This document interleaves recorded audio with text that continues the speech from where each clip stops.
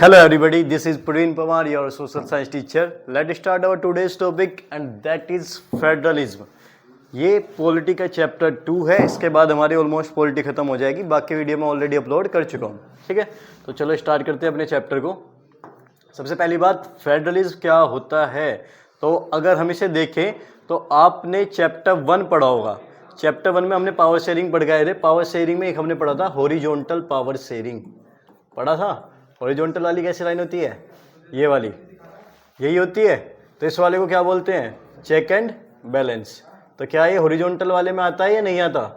जी नहीं। तो ये किस में आता है? फेडरलिज्म आता है वर्टिकल पावर शेयरिंग में। वर्टिकल कैसी लाइन होती थी? सीधे वाली, जिसमें सेंटर, स्टेट और लोकल तीन में हम डिवाइड करते हैं। तो इसमें क्या था कि ऑर्गन सेम रहेगा और लेवल डिफरेंट हो जाएगी। उसी को वर्टिकल पावर शेयरिंग का दूसरा नाम हमने क्या दिया था? फेडरलिज्म दिया था। क्लियर है? तो आगे बात करें, federalism power is divided between a central authority and various constituent unit of the country. जब पावर, सेंट्रल वाली जो पावर है वो डिवाइड कर दी जाए किसमें? छोटी जो सब कॉन्स्टिट्यूएंट यूनिट है। जैसे सेंटर की बजाय अगर एक ही सरकार होती तो होती केवल सेंट्रल गवर्नमेंट, लेकिन अब हमारे में कैसी है? स्टेट गवर्नमेंट भी है और लोकल गवर्नमेंट भी है। ठीक है, तो एग्जाम्पल इसका बेल्जियम भी है, हम वहाँ पर देख के आए थे पावर शेयरिंग। उन्होंने स्टेट की अपनी अलग सरकार बनाई थी। और सेम इंडिया में सेंटर के अलग है, पीएम होते हैं, स्टेट में सीएम होते हैं और लोकल में पंचायती राज में सरपंच वगैरह ये सारी चीज़ें होती है। ठीक है, दूसरी चीज, यूजुअली इट हैज 2 और मोर लेवल ऑफ गवर्नमेंट। तो अगर हम, क्योंकि पावर शेयरिंग कर रहे हैं तो एक के बीच तो नहीं होगा, तो कितनी होनी चाहिए? या तो 2 या 2 से ज़्यादा लेवल ऑफ गवर्नमेंट होनी चाहिए। तो out of 193 countries only 25 had federal political system.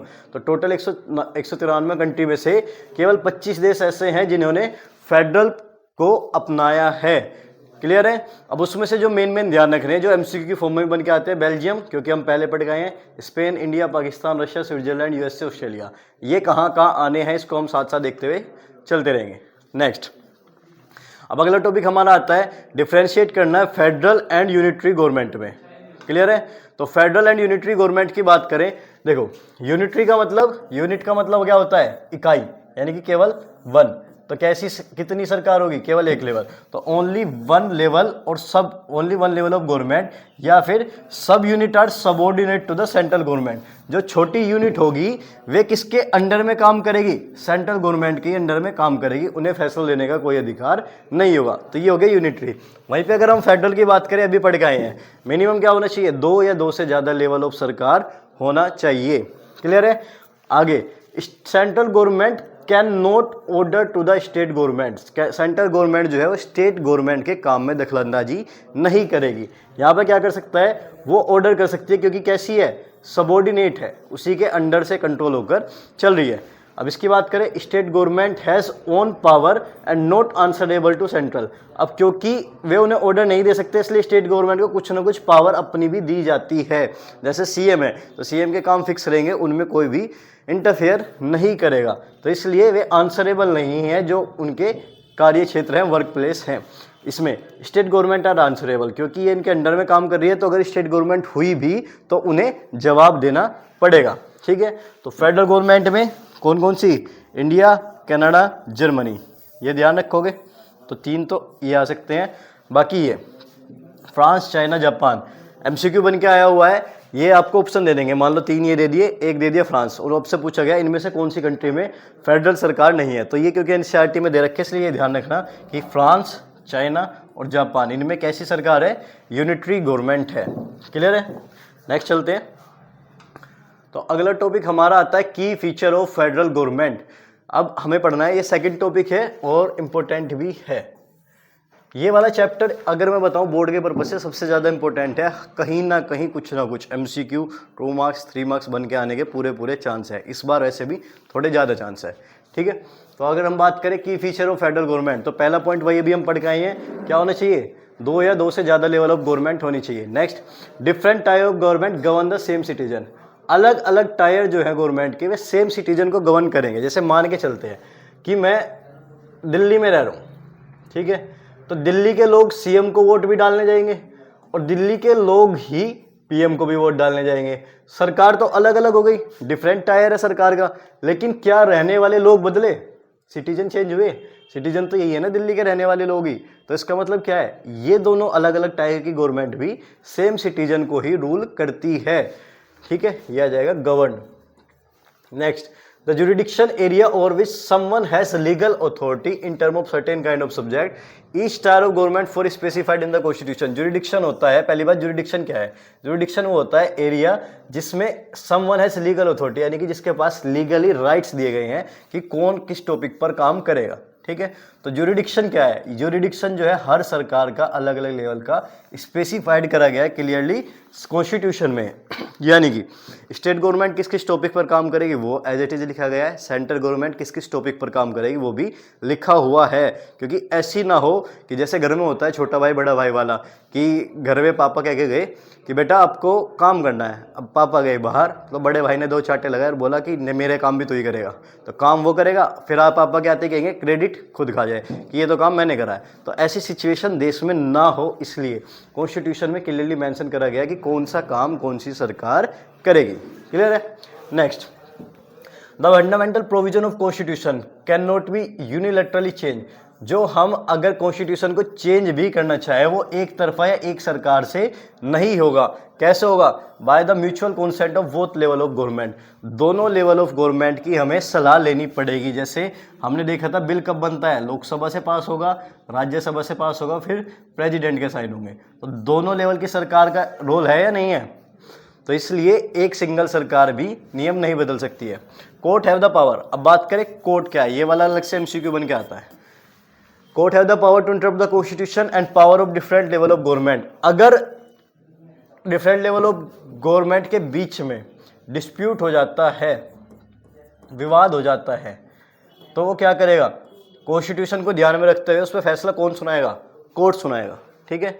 Next, source of revenue for each level of government are clearly specified. अब क्योंकि जब उनके काम बांटे गए हैं तो उन्हें पैसा भी तो देना पड़ेगा, तो रेवेन्यू के सोर्स भी क्लियरली स्पेसिफाइड करे कॉन्स्टिट्यूशन में, ताकि फाइनेंशियल भी ऑटोनॉमी हो, कि पैसा भी उन्हें बराबर तौर पर मिलता रहे। Next, the federal system has dual objective. ये भी याद रखना है, फेडरल सिस्टम के दो ऑब्जेक्टिव है, मेनली दो उद्देश्य है। कौन सा, पहला है to safeguard and promote unity, क्योंकि पावर डिवाइड करी है तो यूनिटी को प्रमोट कर रहा है या नहीं कर रहा। दूसरी बात क्या कर रहा है, अकोमोडेट रीजनल डाइवर्सिटी, जो क्षेत्र के आधार पर विविधता होती है उसे भी मिलजुल कर रहना सिखा रहा है। क्योंकि अगर केवल सेंटर में एक सरकार होती तो कहीं ट्राइबल एरिया में या कहीं साउथ वाले एरिया में दिल्ली में बैठी हुई सरकार को पता नहीं लग पाती प्रॉब्लम। तो फिर हमने क्या करा, स्टेट गवर्नमेंट बनाई। स्टेट गवर्नमेंट भी हो सकता है सही किसी बैकवर्ड एरिया तक ना जा सके, तो हमने लोकल गवर्नमेंट बताई। अब हर एरिया काम पहुंचाएगी और हर एरिया का रिप्रेजेंटेटिव भी यहाँ तक आएगा। क्लियर है। 5 नंबर में बन के आया तो सीधा सीधा कर दोगे, पहला पॉइंट, दूसरा पॉइंट, तीसरा जुरिडिक्शन और रेवेन्यू क्लियरली मेंशन करे गए। सीधा सीधा भी लिख दोगे, jurisdiction and revenue are clearly specified in the constitution. ये 3 पॉइंट हो जाएंगे। चौथा, जो फंडामेंटल प्रोविजन है वो यूनिलैटरली चेंज नहीं हो सकता। 5वां, कोर्ट के पास पावर है, अगर डिस्प्यूट हो जाए उसे सोल्व करेगा। और छठा, 2 इसके ऑब्जेक्टिव है। ये वाला से भी ध्यान रखना कि कौन कौन से 2 ऑब्जेक्टिव है। क्लियर है। नेक्स्ट देखो, मैंने भी बताया था कि ये वाला बन के भी आ जाता है कि क्या पूछा गया है कि सुप्रीम कोर्ट कैसे काम करता है। सुप्रीम कोर्ट एक्ट करता है एज एन अंपायर। अंपायर का मतलब अगर डिस्प्यूट, विवाद हो जाए दोनों लेवल की सरकार में, तो उस पर फैसला कौन सुनाएगा, सुप्रीम कोर्ट सुनाएगा। अब इसमें यही चीज़ आ जाएगा, अगर डिस्प्यूट हो जाए तो उसे सोल्व कौन करेगा। ऑप्शन आ गया प्रेसिडेंट, पीएम, गवर्नर या फिर सुप्रीम कोर्ट। अब देखो एक बात, प्रेसिडेंट, पीएम, सीएम ये तो खुद सरकार का ही पार्ट हो गया ना भाई। ये हो गया सेंट्रल गवर्नमेंट, सेंट्रल गवर्नमेंट का ही पार्ट ये है, ठीक है। गवर्नर स्टेट गवर्नमेंट का पास हो गया। तो अगर जो अपराधी है उसी को जज थोड़ा ही बनाएंगे, सोल्व कौन करेगा, अंपायर कौन बनेगा, सुप्रीम कोर्ट बनेगा, क्योंकि ये सबसे बड़ा लेवल का हमारा कोर्ट है। क्लियर हो जाएगा ये। नेक्स्ट, अगर हमें चेंज करना है कॉन्स्टिट्यूशन में, यह है कॉन्स्टिट्यूशन, अगर हमें कॉन्स्टिट्यूशन में कुछ चेंज करना है तो कैसे चेंज होगा, pass by majority of 2/3 from both of the house. सारे दोनों हाउस में से 2/3 की मेजोरिटी से पास होना चाहिए। हाउस कौन कौन से हमारे, लोकसभा, राज्यसभा। उसके बाद रेटिफाइड करा जाएगा legislature at the half of the total seat, ठीक है। तो शॉर्ट में अगर हम बात करें कैसे पास होगा, देखो पास कैसे होगा, अगर बिल किसी में भी लाया जा सकता है, राज्यसभा में या लोकसभा में, वो हमारी मर्जी है। तो मान लो मैं राज्यसभा में लाया, तो पहले राज्यसभा में 2/3 मेजोरिटी से पास होगा। तो 2/3 कितनी है, अगर 250 है तो 250 का 2/3 निकालो जल्दी जल्दी। 3 8 24, 3 3 9, अप्रोक्सीमेट 83 पॉइंट कुछ आएगा। तो 3 दूनी 6, 3 8 24, तो 247 मान के चले कि 247 इसमें से पास करेंगे। उसके बाद जाएगा लोकसभा में, फिर लोकसभा की टोटल सीट कितनी है 543, इनसे पास होगा 2/3 से। उसके बाद दोनों की मेजोरिटी से हाफ से ओवरऑल पास होगा। और लास्ट में साइन कौन करेगा, प्रेसिडेंट साइन करेंगे, तभी ये चेंज पॉसिबल है। तो यानी कि सेंट्रल गवर्नमेंट का भी रोल है, स्टेट गवर्नमेंट का भी रोल है। क्लियर है। नेक्स्ट अगला जो टॉपिक आता है हमारा two type of federalism, federalism के टाइप। ठीक है, पहला हमने पढ़ा है फेडरलिज्म क्या है, की फीचर ऑफ फेडरलिज्म, यूनिटरी और फेडरल गवर्नमेंट में डिफरेंस। सारे इंपॉर्टेंट है इसके, ये मत सोचना पूरा चैप्टर ही इंपॉर्टेंट है। 2 मार्क्स 3 मार्क्स 5 मार्क्स कोई भी बन के आ सकता है, तो इसे तो रट लो, घोल के पी जाओ इसे। ठीक है। नेक्स्ट अगर हम बात करें अब 2 टाइप, अलग अलग फेडरलिज्म के भी 2 टाइप दे रखे हैं, तो वे कौन कौन से होते हैं। तो अगर हम बात करें कौन कौन से होते हैं,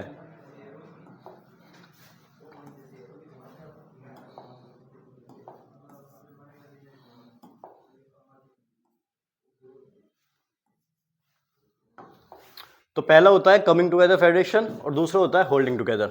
ठीक है, ध्यान रखो। अब देखो वर्ड पकड़ते हैं। कमिंग का मतलब साथ आना, होल्ड का मतलब कोई ताकतवर व्यक्ति होगा वो साथ में लेके चल रहा है। तो कैसे, कमिंग का मतलब मान लो तुम्हारी लड़ाई हो गई, तो तुम उन्हें बुलाओगे ना अपने साथ में जो उनसे क्या है, जो उनसे तुम्हारे बराबर के हैं। बस तुम ये है कि इकलो तो तुम नहीं भिड़ सकते हो, तो तुम क्या करोगे, अपने बराबर बराबर जोश वालों को बुलाओगे, तो वो तो हो गया कमिंग टुगेदर।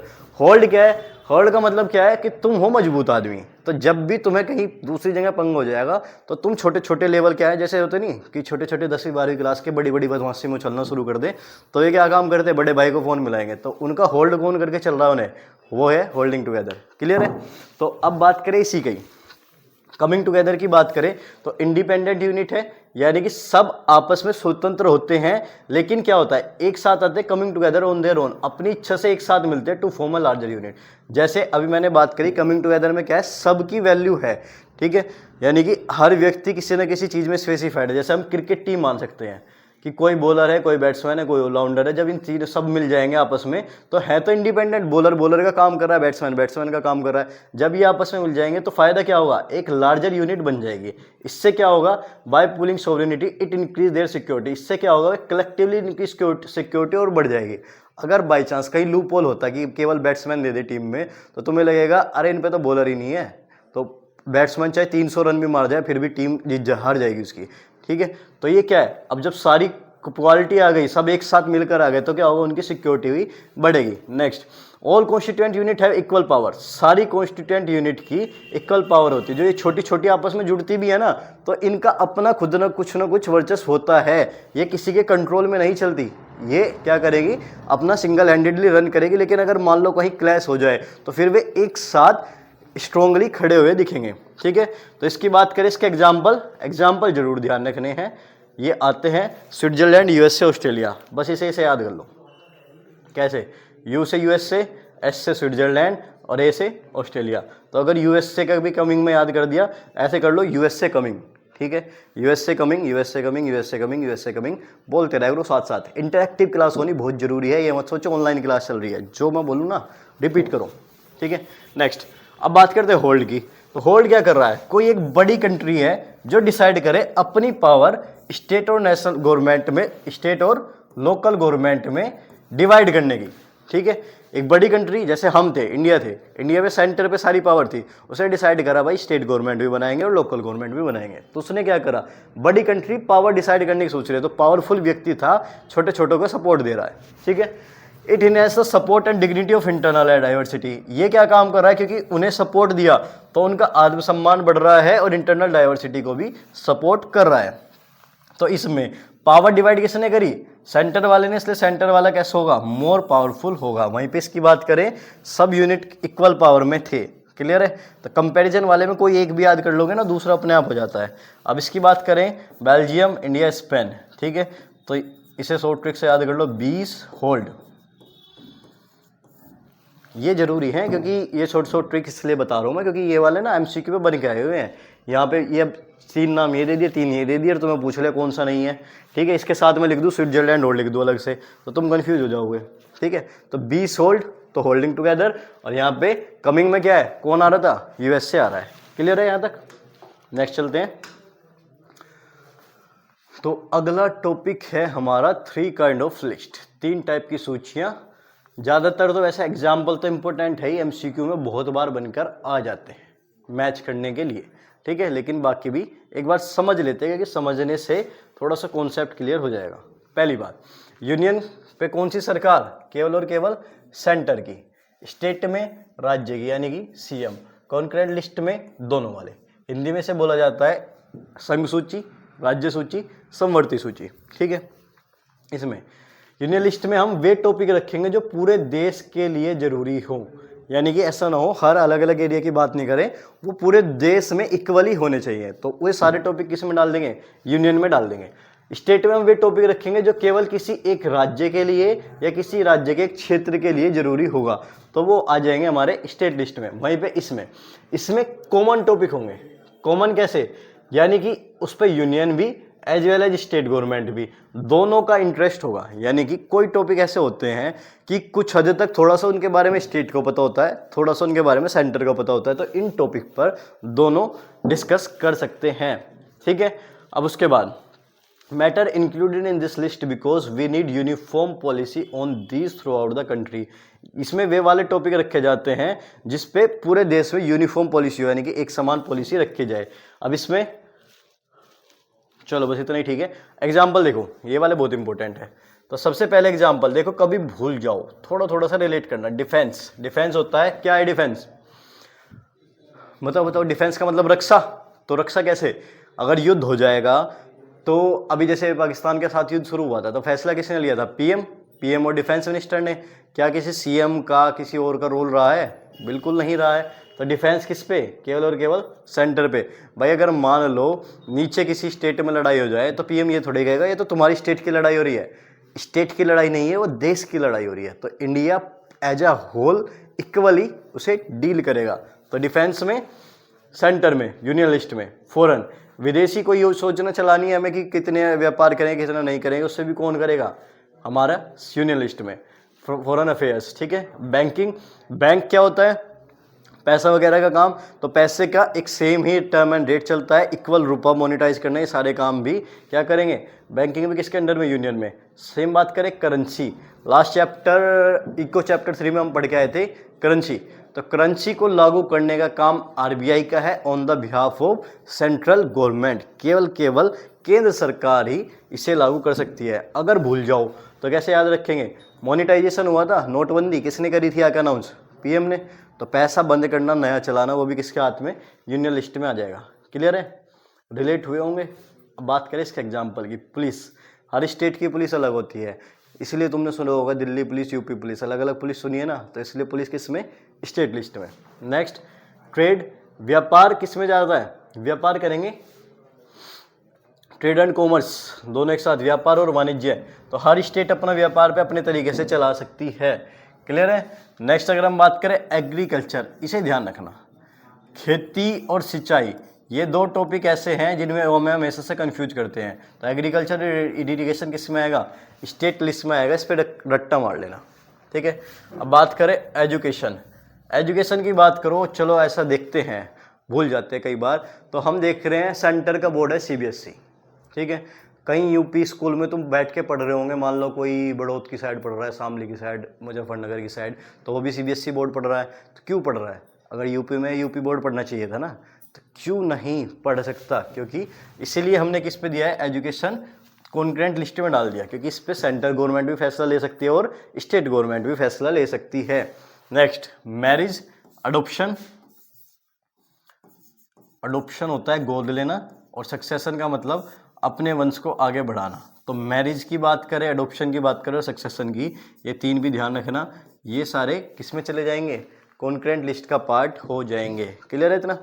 नेक्स्ट, अब इसमें क्योंकि ये टॉपिक केवल स्टेट के लिए इंपॉर्टेंट है, तो इसलिए स्टेट सरकार अकेली इन पर कानून बना सकती है। ठीक है। वहीं पे हम बात करें इस पे, क्योंकि ये दोनों के कॉमन लिस्ट का था, तो union as well as state दोनों सरकार मिलकर इन पर कानून बनाएगी। क्लियर है। बट अब इसमें हम बात करें, दोनों कानून तो बनाएगी, लेकिन अगर लॉ में विवाद हो जाए, कॉन्फ्लिक्ट हो जाए, तो जो लॉ यूनियन गवर्नमेंट का होगा वही सही माना जाएगा। लेकिन केवल किसमें, अगर वो टॉपिक कॉन्करेंट लिस्ट का है तब। ऐसा नहीं कि स्टेट लिस्ट वाले में भी यूनियन वाले दखलंदाजी कर देंगे, इन पे कोई भी इंटरफेयर नहीं होगा। इन पे जो स्टेट गवर्नमेंट जिस तरीके का रूल एंड रेगुलेशन चाहेगी वो चला सकती है। केवल किस पे, इन वाले टॉपिक पर अगर कोई मैटर हो जाए तो फिर किसका माना जाएगा, यूनियन गवर्नमेंट वाले का माना जाएगा। ठीक है। इसमें union government alone can make law on the subject, क्योंकि सरकार सेंटर का है तो केवल यूनियन गवर्नमेंट बना लेगी। पहले इसमें 97 टॉपिक थे, अब 100 हो चुके हैं। इसमें पहले 66 टॉपिक थे, प्रेजेंट में 61 हो चुके हैं। इसके जो 5 टॉपिक थे ना, ये हटाकर इधर भेज दिए कॉन्करेंट में, तो 47 से कितने हो गए, ये 52 हो गए। ये लास्ट वाला एनसीईआरटी में नहीं दिया गया है, तो इतना जरूरी भी नहीं है। क्लियर है, हो जाएगा।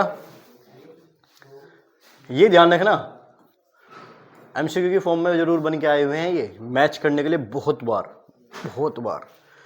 बाकी रिलेट तो इतना है, यूनियन का मतलब केवल केंद्र सरकार बनाएगी, स्टेट का मतलब केवल राज्य सरकार बनाएगी, कॉन्करेंट का मतलब दोनों सरकारें उस पर टॉपिक बना सकती है। क्लियर है, चले आगे। अब आया रेसिड्यूरी सब्जेक्ट। तो रेसिड्यूरी का मतलब होता है बच्चे कुछ बच्चे भी तो गए भाई, नन्हे मुन्ने। ये जो टॉपिक थे ये हमने कॉन्स्टिट्यूशन में ही तो डाले हैं। अब कुछ टॉपिक ऐसा आए हो कॉन्स्टिट्यूशन के बाद ही आए हो, जैसे subject which did not fall in any 3 of the list. ऐसे टॉपिक जो इन तीनों में से किसी भी लिस्ट में नहीं आते हैं और इंट्रोड्यूस करे जाते हैं कॉन्स्टिट्यूशन के बाद में। यानी कि जब हमारा संविधान बना 1947 में, उसके बाद में वे टॉपिक इंट्रोड्यूस करे जाएँ तो वे किस में डालेंगे, जैसे कंप्यूटर, IT।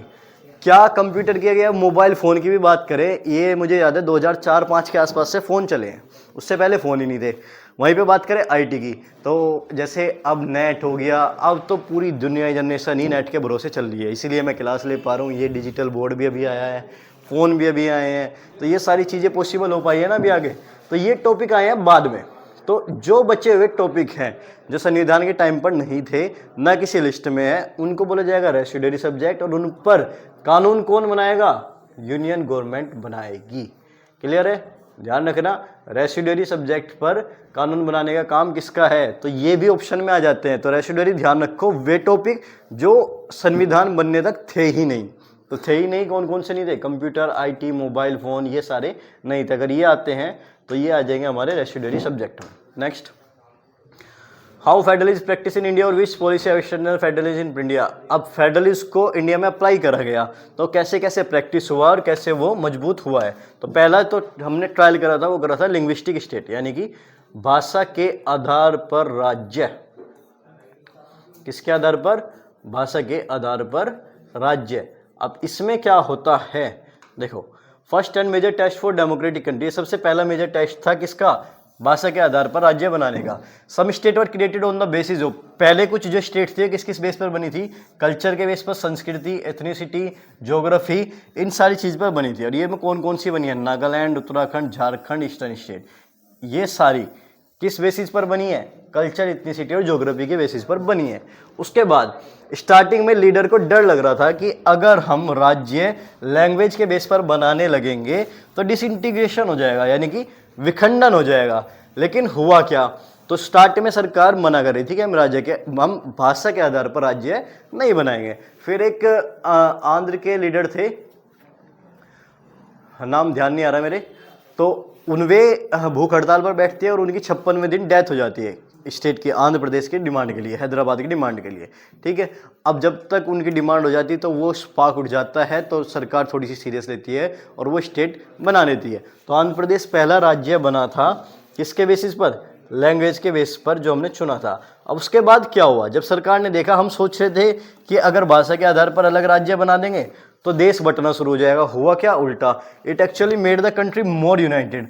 इसने देश को और यूनाइटेड करा, क्योंकि जो अलग अलग भाषा वाले लोग थे वे सेम अब एक ही स्टेट में जाकर रहने लगे, तो वे आपस में कनेक्ट हो पा रहे हैं, बात समझ पा रहे हैं, और उन्हीं के बीच में से एक लीडर चुन के आ रहा है। तो इससे क्या हुआ, जो सरकार का डर था वो खत्म हो गया और एडमिनिस्ट्रेटिव को और भी ईजियर बनाया। तो ये था हमारा पहला टेस्ट, भाषा के आधार पर राज्य बनाने का। क्लियर है। नेक्स्ट टेस्ट करा है लैंग्वेज पॉलिसी कि भाई इतनी सारी भाषा हैं। अभी ये लास्ट में विवाद भी चल रहा था कि महाराष्ट्र में जा रहे हैं मराठी बोलो, उसमें जा रहे हैं वो बोलो। अरे भाई क्यों बोलो, इंडिया में रह रहे हो, जो तुम्हें समझ में आए तुम कम्युनिकेट अगर कर सकते हो तो तुम करो। बाहर जाते ही तो तुम्हें कोई दो चांटे मारेगा, फिर तुम अंग्रेजी बोलना शुरू कर दोगे। अंग्रेजी क्यों बोलनी है, इंडिया की भाषा है। तुम लैंग्वेज केवल और केवल एक कम्युनिकेशन का मेथड है, इससे ज़्यादा सिर पे मत चढ़ाओ इसे। अगर हम अपनी बात बता पा रहे हैं तो वो हम अपनी चीज़ से बेस्ट हैं, अड़ो मत। तो ये खाली दिमाग वाले जो लोग घूमते रहते हैं इस चीज़ को ज़्यादा हाईलाइट ले जाते हैं कि नहीं भाई हमें कुछ काम नहीं है तो हमें मुद्दा ढूंढना है कि किस बात पे हम थोड़ा सा हाईलाइट हो जाएं और हम मीडिया में घूमना शुरू कर दें। कोई लेना देना नहीं है। क्लियर है। नेक्स्ट, तो लैंग्वेज पॉलिसी कैसे चलाई गई है, तो ये सेकंड टेस्ट था। अब हमारे कॉन्स्टिट्यूशन में पहली बात, हमारे कॉन्स्टिट्यूशन ने किसी भी लैंग्वेज को नेशनल लैंग्वेज का दर्जा नहीं दिया गया है। हिंदी है, हिंदी भी हमारी कैसी है, ऑफिशियल लैंग्वेज है, ये नेशनल लैंग्वेज नहीं है। क्लियर है। जब हमारे कॉन्स्टिट्यूशन ने नहीं दिया तो तुम क्यों ठेकेदार बन रहे हो। तो हमारे कॉन्स्टिट्यूशन में किसी भी लैंग्वेज को नेशनल लैंग्वेज का दर्जा नहीं दिया गया है। केवल और केवल हिंदी भी कैसी है, ऑफिशियल लैंग्वेज। ऑफिशियल का मतलब कामकाज के तौर पर इसका यूज करा जाएगा। लेकिन दिक्कत क्या है, हिंदी भी मेजोरिटी में तो बोली जाती है लेकिन केवल 40% लोग ही बोलते हैं, बाकी 60% लोग अलग अलग, कोई राजस्थानी, कोई गुजराती, कोई मलयालम, कोई तमिल। तो उनका क्या करें, उन पर थोप दें कि नहीं तुम्हें हिंदी बोलनी है, नहीं कर सकते ना। इसलिए हमने हिंदी को क्या बनाया, ऑफिशियल लैंग्वेज ही बनाया है। क्लियर है। तो नेक्स्ट आगे अगर हम बात करें, आगे क्या आता है, to safeguard and protect their other language we use. अब हमें बाकी अदर लैंग्वेज का भी ध्यान रखना था, तो हमने क्या करा, 22 लैंग्वेज इंक्लूडिंग हिंदी, ये ध्यान रखना। इंक्लूडिंग का मतलब जुड़ी, यानी कि टोटल 22 लैंग्वेज को हमने शेड्यूल लैंग्वेज बोल दिया। अब शेड्यूल लैंग्वेज क्या है, which are recognised by the constitution. जो लैंग्वेज हमारे संविधान में मेंशन करी गई है उसे क्या बोला गया है, शेड्यूल लैंग्वेज बोला गया है। टोटल कितनी है, 22 इंक्लूडिंग हिंदी, यानी कि हिंदी को जोड़कर। अगर ऐसे आ जाए कितनी हमारी शेड्यूल लैंग्वेज है, 22 है। अगर आ जाए इंक्लूडिंग हिंदी कितनी शेड्यूल लैंग्वेज है, तो भी 22 है। अगर आ जाए एक्सक्लूडिंग हिंदी कितनी शेड्यूल लैंग्वेज है, एक्सक्लूडिंग का मतलब हिंदी को हमने हटा दिया, तो अब कितनी बची, 21 है। ठीक है, बस लैंग्वेज घुमा सकता है यही। तो नेक्स्ट अगर हम बात करें, पहले जो ये है ये हमारे शेड्यूल 8 में दी गई है, अनुसूची 8 में हमारी भाषा दी गई है। पहले 14 थी, प्रेजेंट में अब कितनी है, 22 है। तो कौन कौन सी कैसे कैसे जोड़ी गई, ये एनसीईआरटी में नहीं है, अलग से नॉलेज के लिए बता दिया। 21 कॉन्स्टिट्यूशन अमेंडमेंट एक्ट जो 1967 में हुआ था, लास्ट में जुड़ी है सिंधी। 7192 से 71 CA 92 में हुआ था, इससे जोड़ी गई है नेपाली, मणिपुरी, कोंकणी। और ये इसकी शॉर्ट ट्रिक न मैं कै, तो 71 वाले से नमक जोड़ी गई है। 92 CA जो 2003 में हुआ था, इसमें बोडो, डोगरी, मैथाली और संथाली, इसको शॉर्ट ट्रिक बोर्ड मास। ठीक है। अब ये क्यों लिखवाई है, वैसे तो तुम्हारे एनसीईआरटी में एक पेज देखोगे तो उस पर 22 की 22 लैंग्वेज दे रखी है और उसमें पूछा भी गया है कि इनमें से कौन सी शेड्यूल लैंग्वेज नहीं है, तो इसका ध्यान रखना है हमें। ठीक है, ये क्योंकि लास्ट में ऐड हुई है तो ऑप्शन में इनमें से ही एलिमिनेट हो जाएगा। अगर 4 ऑप्शन में उन्होंने दिया तो अगर ये वाली हम लास्ट के भी याद कर लेंगे ना, 8 लैंग्वेज, तो इन 8 से हम उसे याद कर लेंगे कि कौन सा ऑप्शन बाद में ऐड हुआ है और वो वाला शेड्यूल लैंग्वेज में नहीं है। तो थर्ड जो टेस्ट हुआ था वो हुआ था सेंटर स्टेट रिलेशन, केंद्र का राज्य के साथ स्टेट में रिलेशन बना है कैसे। After 1919 rise for regional party started and no clear party got clear majority in Lok Sabha. 1990 से पहले हम देखते हुए आए हैं ज़्यादातर कांग्रेस ही जीतती हुई आई है। एक बार 1977 में जनता दल जीती थी, उसके बाद वापसी कांग्रेस आ गई थी और कांग्रेस का ही चला है। लेकिन 1990 के बाद थोड़ा सा फेरबदल हो जाता है, कांग्रेस को भी लोग इतना पसंद नहीं करते, उन्हें ऑप्शन दिखने शुरू हो जाते हैं और रीजनल पार्टी, हर क्षेत्र की अलग अलग पार्टी उभरने लग जाती है। दिक्कत क्या होती है उससे कि कोई भी पार्टी लोकसभा में क्लियर मेजोरिटी नहीं ले पाता। अब मेजोरिटी नहीं ले पाएगा तो क्या होगा, government form by coming together to a list of political party from contesting election also known as political alliance. तो अब वे क्या करेंगे, राजनीतिक गठबंधन करेंगे। अलायंस का मतलब होती है जब 2 या 2 से ज़्यादा पार्टी मिलकर चुनाव लड़े और उसे जीते। जैसे करंट में हम बात करें किसकी सरकार है, बीजेपी की या कांग्रेस की, ना तो बीजेपी की है ना कांग्रेस की, किसकी सरकार है? एनडीए की गवर्नमेंट है। एनडीए में बीजेपी मेन पार्टी है, लेकिन छोटी छोटी और भी पार्टी जैसे बिहार वाली जेडीयू हो गई, ये हो गई, तो ये भी छोटी छोटी पार्टी मिलकर ही चुनाव जीती है। तो उन्होंने गठबंधन करना पड़ा है ना, गठबंधन एनडीए के फॉर्म में। तो उसी से क्या होता है, अब new culture of power sharing between party, जिससे क्या हुआ, पावर शेयरिंग हुई किसके बीच में? पार्टीज के बीच में। इकलौती अगर बीजेपी आ जाती तो वे अदर पार्टी का ध्यान ही ना रखती। तो अब क्या हुआ, गठबंधन चुन के आई है, तो इसका मतलब बाकी पार्टियों का भी उन्हें ध्यान रखना पड़ेगा। तो respect and value for the autonomy of state government increase. तो जिससे क्या हुआ, जो रेस्पेक्ट थी, पहले स्टेट गवर्नमेंट को सीरियस नहीं ले रहे थे कि काम करे ना करे। जैसे मान लो बीजेपी सेंटर में आ गई, अब उन्हें पता लगा कि सेंटर में तो हमारी सरकार आ गई, लेकिन दिल्ली वालों ने किसी दूसरे की सरकार चुन ली, तो ये क्या करते, पार्शलिटी करते, उनके कई बार काम में ना करते, पैसा रोक के रखते, लास्ट में देते, ये सारी चीज़ करते रहते। तो अब क्या होगा, अब अगर गठबंधन हो जाए, उसकी रेस्पेक्ट करनी पड़ेगी, उनकी स्वतंत्रता देनी पड़ेगी, और स्टेट गवर्नमेंट की क्या हो जाएगी, इंक्रीज हो जाएगी। ठीक है, तो control the central government to make arbitrary manners. तो इससे एक फ़ायदा ये भी होता है कि सेंट्रल गवर्नमेंट जो आर्बिट्रेरी का मतलब मनमाने तरीके से काम करता था, उस पर भी कंट्रोल लगा है। तो ये हमारा था तीसरा इफेक्ट जो हमने करा है। तो लास्ट टॉपिक की तरफ बढ़ते हैं, ये है डिसेंट्रलाइजेशन इन इंडिया। इम्पोर्टेंट है, 5 मार्क्स में भी आ जाता है, केस बेस भी आ जाता है। तो पहली बात कब से हुआ है, 1992 से हुआ है। कैसे, इसमें भी ध्यान रखना, 73rd CAA हुआ था 1992 में। तो मतलब इसमें एक्ट था, इसमें कानून बन गया था। इसमें हमने करी है पंचायती राज, ठीक है, और 74 CAA 1993 से आई है म्यूनिसिपल कॉरपोरेशन, यानी कि नगर पालिका। तो दोनों के दोनों 1992 और 1993 से ही स्टार्ट हुए थे। अब बात इसमें क्या करते हैं, डिसेंट्रलाइजेशन। देखो, सेंटर ये, यानी कि सारी पावर सेंटर के हाथ में, डी सेंटर, पावर बांट दी, पावर बांट दी, तो थोड़ी सी पावर इसे मिलेगी, थोड़ी सी पावर इसे मिलेगी, इसी को बोला जाता है डिसेंट्रलाइजेशन। ठीक है, when power is taken away, जब पावर ले ली जाए किससे, सेंट्रल और स्टेट गवर्नमेंट से, और किससे दे दी जाए, लोकल गवर्नमेंट को भी प्रोवाइड कराई जाए। जैसे हेल्प टू नॉन प्रॉब्लम में, अब इसका फायदा क्या हुआ, बस ये ध्यान रखना, जब पावर सेंट्रल स्टेट से लेकर थोड़ी सी लोकल गवर्नमेंट को भी दी जाए। इसमें हेल्प कैसे होती है, एक तो रूरल एरिया, जो पिछड़े एरिया थे उन्हें हम अच्छी तरीके से जान पाएंगे और उनकी प्रॉब्लम को भी सोल्व कर पाएंगे। People at rural area known where to spend money and how to manage the things. जो गांव में रहने वाले लोग हैं, क्योंकि वे अपनी प्रॉब्लम को जानते हैं, तो उन्हें यह भी पता होगा किस किस चीज़ पर हमें पैसा खर्च करना है और कैसे चीज़ों को मैनेज करना है। तो दूसरा, इंक्रीज करता है direct participation and decision making.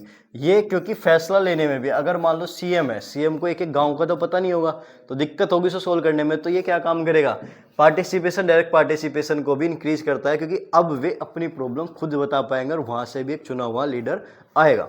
ठीक है, तो कैसी से कितनी लेवल हो गई, 3 टायर हो गई, पूरे इंडिया में सेंटर, उसके बाद स्टेट, और इस पे लोकल गवर्नमेंट। ठीक है, next, major step taken toward decentralisation in 1992। अब इसमें क्या आता है, एक तो पूछा जाता है प्रॉब्लम क्या थी डिसेंट्रलाइजेशन से पहले, एक पूछा जाता है सॉल्यूशन क्या हुई। तो ये तो है सॉल्यूशन, ये सॉल्यूशन है कि मेजर स्टेप क्या क्या उठाए गए थे, इन्हीं से हमें प्रॉब्लम का भी पता लग जाएगा। तो एक याद हो गया तो दूसरा हो जाएगा। पहला, constitutional mandatory to hold election regularly. संविधान में क्लियरली मेंशन कर दिया गया कि अब ये जरूरी है कि इलेक्शन, जो लोकल गवर्नमेंट पे इलेक्शन रेगुलर होंगे। तो पहला काम, इलेक्शन रेगुलर होंगे, तो ये सॉल्यूशन है। तो प्रॉब्लम क्या होगी कि पहले इलेक्शन रेगुलरली नहीं होते थे। ठीक है, एक भी याद कर लोगे दूसरा हो जाएगा। वैसे ज़्यादातर ये पूछा जाता है कि क्या मेजर स्टेप करे गए थे, नेक्स्ट 5 मार्क्स के क्वेश्चन में यही आता है। ठीक है, दूसरा, सीट रिजर्व कर दी गई SC, ST और OBC के लिए फॉर एग्जीक्यूटिव हेड, कि अगर चुनाव होंगे उसमें कई बार एक मतलब फिक्स ही ये होगा कि एक बार पूरी की पूरी परियोजना में केवल SC कैंडिडेट ही खड़ा होगा। तो अगर वही चुनाव लड़ सकता है तो जीत के भी SC में से ही आएंगे। नेक्स्ट, 1/3 सीट रिजर्व कर दी किसके लिए, वुमेन्स के लिए। ये ध्यान रखना, जब 1/3 सीट रिजर्व करी गई है वुमेन्स के लिए, केवल और केवल पंचायती राज में है। ये अलग से MCQ बन के आते हैं। 1/3 सीट वुमेन की केवल पंचायती राज में रिजर्व करी गई है, लोकसभा या राज्यसभा में अभी तक भी नहीं करी गई है। क्लियर है। नेक्स्ट, एक इंडिपेंडेंट इलेक्शन कमीशन बनाया जो किस नाम से जाना जाता था? स्टेट इलेक्शन कमीशन के नाम से जाना जाता था। जब इन्होंने कहा कि भाई चुनाव कराने रेगुलरली, तो चुनाव कराने के लिए कोई नज़र रखने के लिए भी तो चाहिए, तो ऐसे ही स्टेट के इलेक्शन कमीशन को ये जिम्मेदारी दे दी कि आप पंचायत के और म्यूनसिपल कॉरपोरेशन के चुनाव कराओगे। The state government are required to share some power and revenue. State government को कहा गया भाई आपको कुछ पावर भी शेयर करनी पड़ेगा, रेवेन्यू भी। पावर कैसे? कि हर काम, यानी कि गांव से रिलेटेड कोई काम होगा तो जो चुनाव आएगा, सरपंच आएगा, वही अपने गांव का काम करवा लेगा। रेवेन्यू मतलब अब उसे काम करने के लिए पैसा भी तो चाहिए, तो सीएम स्टेट फंड से आप कुछ ना कुछ पैसा, जैसे 5 करोड़ 3 करोड़ रुपए हर गांव के चुने हुए पंच को, सरपंच को मिलते हैं। क्लियर है? तो नेक्स्ट 5 मार्क का क्वेश्चन है, इंपॉर्टेंट है, हो जाएगा। चलो आगे चलते हैं। आगे क्या आया? Local government. अब कैसे कैसे लोकल गवर्नमेंट हुई, देखो बिल्कुल शॉर्ट में समझा रहा हूँ। क्या पहले कॉन्सेप्ट समझते क्या होता है। देखो छोटे छोटे विलेज, छोटे छोटे गांव, सबसे छोटी यूनिट होती है विलेज। तो विलेज मिलकर, जब एक से ज़्यादा 3-4 विलेज मिल जाएंगे, 3-4 विलेज मिलकर उसे क्या बोला जाएगा? ब्लॉक बोला जाएगा। इसी तरीके से 3-4 ब्लॉक जब मिल जाएंगे तो उसे क्या बोला जाएगा? डिस्ट्रिक्ट बोला जाएगा। क्लियर है? सबसे छोटी यूनिट विलेज, 3-4 विलेज आपस में मिल जाएंगे तो विलेज से बड़ा क्या हो जाएगा? उसे ब्लॉक बोला जाने लगेगा। अब 3-4 ब्लॉक आपस में मिल जाएंगे तो उसी को क्या बोला जाने लगेगा? डिस्ट्रिक्ट बोला जाएगा। अब इसमें फिर काम कैसे होता है? एट रूरल लेवल, ग्राम सभा, उसे बाद में देखेंगे ग्राम सभा वाले को। तो grouping together in the form of bigger unit. देखो सबसे छोटा ग्राम पंचायत। ग्राम पंचायत कहाँ पे? गांव में। सबसे छोटी यूनिट विलेज, विलेज में क्या होगी? ग्राम पंचायत। इसमें चुने हुए व्यक्ति को क्या बोलेंगे? पंच और सरपंच बोलेंगे। नेक्स्ट, इसके ऊपर क्या था? विलेज के ऊपर ब्लॉक। तो ब्लॉक में क्या होगी? जो चुन के आएगी उसे बोला जाएगा पंचायत समिति और मंडल, और इसके हेड को क्या बोलेंगे? ब्लॉक प्रमुख बोलेंगे। उससे ऊपर जब कई सारे ब्लॉक मिल जाते हैं उसे क्या बोला जाएगा? डिस्ट्रिक्ट। डिस्ट्रिक्ट में कौन होती है? जिला परिषद। इसमें चुन के नहीं आता, इसमें डीएम या कलेक्टर होते हैं जो रूलिंग करते हैं, डिस्ट्रिक्ट मजिस्ट्रेट होते हैं, और ये आईएएस आईपीएस होते हैं जिनको हम डीएम बनाकर जिम्मेदारी सौंपते हैं। अब इस पर क्वेश्चन आ जाएगा कि ये दोनों तो चुन कर आए हैं, तो डीएम भी हम किसी लीडर के हाथ में क्यों नहीं दे रहे? क्योंकि ये एडमिनिस्ट्रेटिव संभाल रहे हैं, प्रशासन का काम इसके हाथ में, और वैसा काम सीएम के हाथ में। यानी कि अगर स्टेट रिलेटेड, डिस्ट्रिक्ट रिलेटेड कोई फैसला लेना है तो सीएम ले लेगा, लेकिन सीएम प्रॉपर नहीं नजर रख सकता। तो इसलिए हमने ये जिम्मेदारी किसको दे दी? डीएम और कलेक्टर को दे दी कि ये केवल और केवल एडमिनिस्ट्रेशन संभालेंगे। क्लियर है? नेक्स्ट, तो इतना ही है, अगर इतना ध्यान रख लोगे विलेज रिलेटेड हो जाएगा क्लियर बस। तो ये क्या था? लोकल, यानी कि पंचायती राज में गांव वाले एरिया में कैसे कैसे होता है। तो सबसे नीचे विलेज, उसके ऊपर ब्लॉक, उसके ऊपर डिस्ट्रिक्ट। ब्लॉक में, विलेज में ग्राम पंचायत, हेड सरपंच। ब्लॉक में पंचायत समिति या मंडल, हेड ब्लॉक प्रमुख। डिस्ट्रिक्ट में जिला परिषद और हेड डीएम या कलेक्टर। ठीक है, नेक्स्ट। अब बात करें शहर की, तो शहर में होते हैं टाउन। तो छोटे छोटे जो टाउन हुए, टाउन में कौन होता है? म्यूनिसिपैलिटीज। और म्यूनिसिपैलिटी में कौन चुन के आता है? म्यूनिसिपल चेयरमैन चुन के आता है। वहीं पे बिग सिटीज, कितनी एरर कर रखी है भाई। तो बिग सिटीज की बात करें, बड़ी शहर, तो बड़े शहर में कौन चुन के आएगा? Municipal corporation. देखो बड़ा शहर तो बड़ा नाम, म्यूनिसिपैलिटी छोटा नाम, म्यूनिसिपल कॉरपोरेशन बड़ा नाम, ये चुन के आएंगे। और इसी के हेड को क्या बोलेंगे? मेयर्स। यानी कि कई सारी सिटी मिलकर एक वो माना जाता है कि उसका हेड को क्या बोला जाएगा? मेयर चुना जाएगा वो। क्लियर है? तो यहाँ पे हमारा चैप्टर हो जाता है पूरी तरीके से खत्म। बाकी ग्राम पंचायत क्या है, या उसी चीज़ को हमने पॉइंट पॉइंट में बना के लिख दी कि रूरल लोकल गवर्नमेंट को ग्राम पंचायत के नाम से जाना जाता है। विलेज होगा, विलेज के हेड को इसी जो चुन के आएगा उसे सरपंच बोलेंगे। वो जो शॉर्ट ट्रायंगल वाला समझा था ना, वो कोर कॉन्सेप्ट है, ये पूरा पढ़ने की भी जरूरत नहीं है, उसी से हो जाएगा ये। ठीक है, नेक्स्ट, ग्राम सभा क्या है? तो ग्राम पंचायत क्या है? डिसीजन मेकिंग बॉडी है पूरे के पूरे गांव के लिए। अब ग्राम सभा क्या है? तो ग्राम पंचायत ग्राम सभा में डिफरेंस क्या है? The panchayat work under the overall supervision of the gram sabha. जो ग्राम सभा है वो ग्राम पंचायत है, वो ग्राम सभा के ही निगरानी में काम करती है। तो इसमें एटलीस्ट 2 या 3 बार साल में ये मीटिंग करते हैं फॉर एनुअल बजट, बजट देखने के लिए कैसे काम होते हैं। ग्राम सभा में कौन मेंबर है? सारे लोग जो 18+ हैं और वोटिंग राइट रखते हैं उस गांव में, वे सब ग्राम सभा के मेंबर हो जाते हैं। ठीक है, तो इसमें ये कोई चुने हुए नहीं है, ये वे हैं जो जाकर वोट दे रहे हैं। और ये कौन है? ये होता है जो चुन का आता है, इलेक्टेड रिप्रेजेंटेटिव। तो ये चुनाव लड़ेगा, इसकी एज कितनी है? 25 होनी चाहिए। ठीक है, आगे चले। ग्राम पंचायत ग्राम सभा का क्लियर हो गया। उसके बाद आता है ग्राम समिति ब्लॉक मंडल, वही हमने बताया था। ग्राम पंचायत के ऊपर जो जाता है, यानी कि 3-4 गाँव को मिला के ब्लॉक बनता है, उसी को हम ब्लॉक या मंडल बोलते हैं। और वहाँ पर कौन चुनेगा? ब्लॉक प्रमुख चुनकर आएगा। अब उसके ऊपर जिला, तो 3-4 ब्लॉक मिलकर क्या बनाते हैं? जिला बनाते हैं। उसमें जिला परिषद होता है, जिला को डिस्ट्रिक्ट भी बोला जाता है। और ये वापसी वही वाला जो हम करके आए थे, ये कोर है। अगर ये तुमने ध्यान रख लिया ना, तो तुम्हें अलग से पढ़ने की, ये तीनों डिटेल में पढ़ने की कोई ज़रूरत नहीं है, सिर्फ ये तुम्हें यहाँ से समझ में आ जाएगा। क्लियर है? नेक्स्ट, म्यूनसिपैलिटीज़ छोटे छोटे शहर में करी गई है, चुनी हुई है, इलेक्टेड बॉडीज होती है, ये चुनकर आती है। अब अबाउट 36 लाख है जो करंट में चुनी जा चुकी है। तो ये नंबर इतना बड़ा हो चुका है कि कई देशों की तो इतनी पॉपुलेशन भी नहीं है। तो हम देख रहे हैं ना कि हमने पावर शेयरिंग को कितना सीरियसली लिया है, कि हमने लोकल गवर्नमेंट में municipal corporation, mayors, sarpanch, panchayat, ये सारी चीज़ चुन कर इतने सारे लोगों को इसमें पार्टिसिपेशन दिया है पॉलिटिकल में। ठीक है, नेक्स्ट, म्यूनसिपल कॉरपोरेशन वही है कि जब बड़ी सिटी होती है, बड़ी सिटी में म्यूनसिपल कॉरपोरेशन होगी और उसके हेड को हम मेयर बोलेंगे। क्लियर? तो यहाँ पर हमारा चैप्टर होता है खत्म। आई होप आपको ये समझ में आया होगा। कुछ MCQ हैं, अगर आप चाहते हो तो मैंने भी करा देता हूँ। In case of the clash between the law made by the centre and state government, अगर क्लैश हो जाए, विवाद क्रिएट हो जाए, तो विवाद किस पे? कॉन्करेंट लिस्ट वाले टॉपिक पे। तो उसमें किसका लॉ माना जाएगा? पहले ही बताया था कॉन्करेंट लिस्ट कौन सी, जिसमें दोनों क्या कर सकते हैं? दोनों उस पर विषय पर टॉपिक पे काम कर सकते हैं और कानून बना सकते हैं। तो अगर ऐसे में डिस्प्यूट हो जाएगा तो किसका माना जाएगा? सेंट्रल गवर्नमेंट वाला माना जाएगा। नेक्स्ट, जब पावर ले ली जाए सेंट्रल और स्टेट गवर्नमेंट से और लोकल गवर्नमेंट को दे दी जाए, तो इसे क्या बोलेंगे? सीधा सीधा डिसेंट्रलाइजेशन बोला जाएगा। Next, both the union and state government can make law on the subject mention in the state और सेंटर, दोनों सरकार कौन से टॉपिक पर विषय मतलब कौन से टॉपिक पर कानून बना सकती है जिस पर दोनों मिलकर काम करेंगे? तो कौन सा? यूनियन वाले में केवल यूनियन गवर्नमेंट, स्टेट वाले में केवल स्टेट गवर्नमेंट। कॉन्करेंट लिस्ट में क्या होता है? जिस पर दोनों मिलकर नियम बना सकते हैं। क्लियर है? नेक्स्ट चलते हैं fourth. Which one of the following is not a feature of federalism, इनमें से कौन सा फीचर फेडरलिज्म का नहीं है? तो पहला, 2 से ज़्यादा सरकार होनी चाहिए, बिल्कुल सही बात है।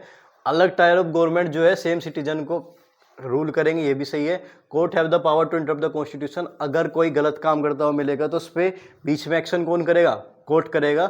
The central government can order the state government, ये नहीं है।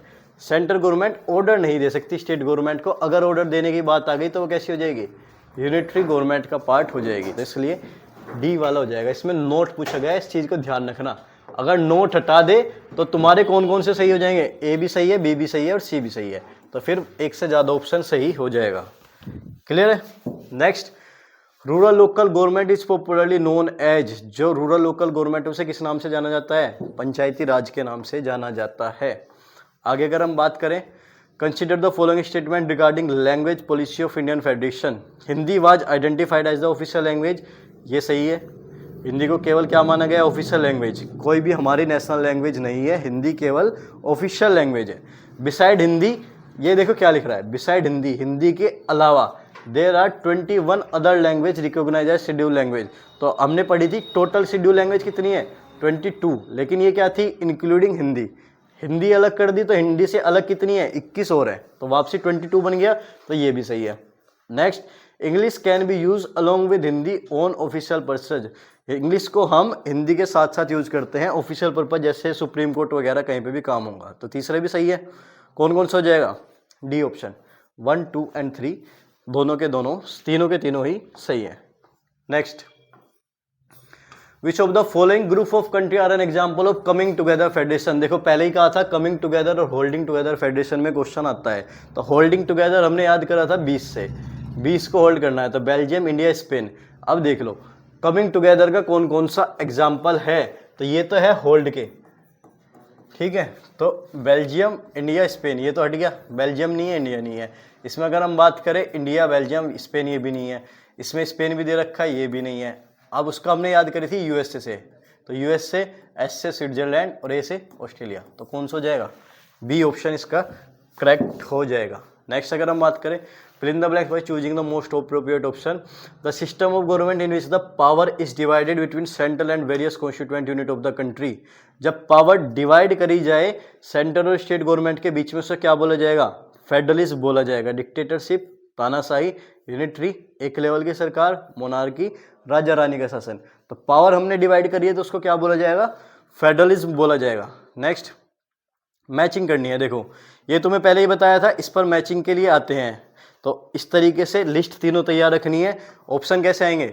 वो तुम्हें मैचिंग दिख गई, यहाँ पे तुम्हें दे देंगे ऑप्शन। देखो इस तरीके से ऑप्शन देखने के लिए मिल जाएगा। तो कई बार हम ऑप्शन से भी एलिमिनेट कर सकते हैं। फोर्थ, फर्स्ट, इसमें भी, इसमें सारे अलग है। सी वाले को देख लो बस, अगर तुम्हें सी वाला पता लग गया तो ऑटोमेटिकली एलिमिनेट हो जाएगा, क्योंकि सी वाले में सारे के सारे अलग दे रखे हैं। तो देखें ऑप्शन क्या है हमारा, ये है। सी में दे रखा है कौन सी लिस्ट में? एजुकेशन किस में? अभी बताया था एजुकेशन किस में आता है? कॉन्करेंट लिस्ट में आता है, क्योंकि यूपी बोर्ड में बैठा हुआ व्यक्ति भी सीबीएसई बोर्ड की किताब पढ़ सकता है। तो यूपी वाला भी क्या करेगा? कोई भी, दोनों इस पर लिस्ट बना सकते हैं। तो सी का फर्स्ट वाला ऑप्शन है। बाकी भी चलो मैच कर लेते हैं। बैंकिंग किस में थी? तीनों लिस्ट में। लॉ एंड ऑर्डर अलग अलग सरकार का किसके? कंप्यूटर सॉफ्टवेयर, कंप्यूटर वो है जो कॉन्स्टिट्यूशन के बाद में आया है। तो बचे हुए सब्जेक्ट किस में? रेसिडुअरी में आ जाएंगे। तो ए का थर्ड, सी का फर्स्ट, फोर्थ का सेकंड। अब अपना ऑप्शन देखते हैं। बस सी से ही पता लग जाएगा वैसे तो हमें। सी का थर्ड किस में है? इसमें आ रहा है, तो फर्स्ट वाला इसका आंसर हो जाएगा। बाकी भी अलग से देखने की जरूरत नहीं है। इसे पढ़ो। A second test for Indian federation was the language policy. बिल्कुल सही बात है। पहला हमारा था स्टेट बनाने का, तो दूसरे वाला लैंग्वेज के लिए। Beside Hindi there are 23 other language. नहीं, हिंदी से अलग केवल कितनी है? 21 है। तो union government of India has the power to legislate on the residuary subject. सही बात है। बचे हुए सब्जेक्ट पर काम कौन करेगा? यूनियन गवर्नमेंट करेगी। USA is a good example of holding together. Holding together में कौन थी? 20।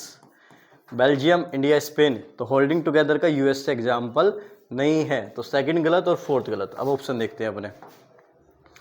तो ये पूछ रहा है कौन सा सही है, चूज द करेक्ट ऑप्शन। तो सेकंड और फोर्थ गलत हो गया। देखो सेकंड तो ये गलत हो गया, फोर्थ ये गलत हो गया, फोर्थ ये गलत हो गया। तो बचा कौन सा? वन एंड थर्ड भी हो सकता है। क्लियर है? तो ऐसे भी एलिमिनेट हम कर सकते हैं ऑप्शन को। सारी चीज़ें ध्यान में रखते हुए हमें चलना है। नेक्स्ट दिया गया है which is the incorrect based on the constitution amendment 1992। जो 1992 में डिसेंट्रलाइजेशन का हुआ था, क्या हुआ था? 1/4 रिजर्व करी गई थी? नहीं। कितनी रिजर्व करी गई थी? 1/3।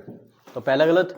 दूसरा, regular election should be held to the local government. बिल्कुल सही बात है। सीट रिजर्व करी गई थी SC/ST के लिए, ये भी सही है। स्टेट इलेक्शन ये सारी चीज़ों को देखेगा, ये भी सही है। इसके ऑप्शन हट गए, तो इसके अगर हम सही बताएंगे कौन कौन सा है? B, C और D। ये चारों इसकी, तीनों इसके सही हैं। ठीक है। नेक्स्ट ये असर्शन रीजन है, ऊपर ऑप्शन दे रखा है। स्क्रीनशॉट ले लो इसका, ये तुम्हें खुद करना है। ठीक है। 12, 13 का असर्शन पीछे था ही, ये 14, ये 15, 16 ये मैच द फॉलोइंग के लिए दोबारा आ गया कि किस में कौन कौन से है। सेंटर में कौन होगा बताओ? सेंटर में प्रेसिडेंट होता है हमारा। स्टेट में इसका तो फोर्थ का ए। स्टेट में कौन है? स्टेट में होती है हमारे गवर्नर, तो ये हो गया B। उसके बाद ग्राम पंचायत में सरपंच, ये हो गया D। और म्यूनसिपल कॉरपोरेशन में हमारा मेयर, ये इसका हो गया C। ठीक है। मैच कर लेंगे। नीचे ऑप्शन दे रखा है, करेक्ट ऑप्शन से यहाँ से आगे चलें। नंबर ऑफ शेड्यूल लैंग्वेज कितनी है? सीधी सीधी दे रखी है तो कितनी? 22। बिसाइड हिंदी, हिंदी से अलग 21, हिंदी के साथ 22। ठीक है। तो इसका आंसर क्या हो जाएगा? 22 हो जाएगा। आगे चलें। कौन से एग्जाम्पल कमिंग टुगेदर का देखो अभी बार बार घूम के आ रहा है, ये वैसे भी पूछा जाता है। तो होल्डिंग टुगेदर 20, कमिंग टुगेदर हमने याद करी थी USA। तो USA तो है ही पूरा का पूरा, स्विट्जरलैंड भी है और ऑस्ट्रेलिया भी है। तो इसमें केवल क्या दे रखा है? USA। नेक्स्ट, पंचायती राज में क्या क्या आते हैं? पंचायती राज में विलेज भी हैं, ब्लॉक भी है और डिस्ट्रिक्ट भी है। यही पढ़ा था ना, 3 टायर। सबसे छोटा विलेज, उससे बड़ा ब्लॉक, उससे बड़ा डिस्ट्रिक्ट। ठीक है। Next, what is the regarding source of revenue in federal system. चलो इसे भी देख लेना। ये हो गए आपके आंसर। तो यहाँ पे हमारी PDF होती है ख़त्म। 16 तक के आंसर दिए हैं, 20 के आगे तुम्हें करने हैं। ठीक है, वैसे तो सर रीजन ही नहीं करा है, बाकी तो डिस्कस कर ही लिए, चलो इसे भी देख लो। Which of the true regarding the source of revenue in federal system, state have no financial power, state के पास फाइनेंशियल पावर होती है, तो पहला गलत। State are dependent on revenue और fund on the central government, बिल्कुल भी नहीं है, सेंट्रल के कोई भरोसे नहीं है। Source of revenue for each level of government are clearly specified, बिल्कुल सही बात है।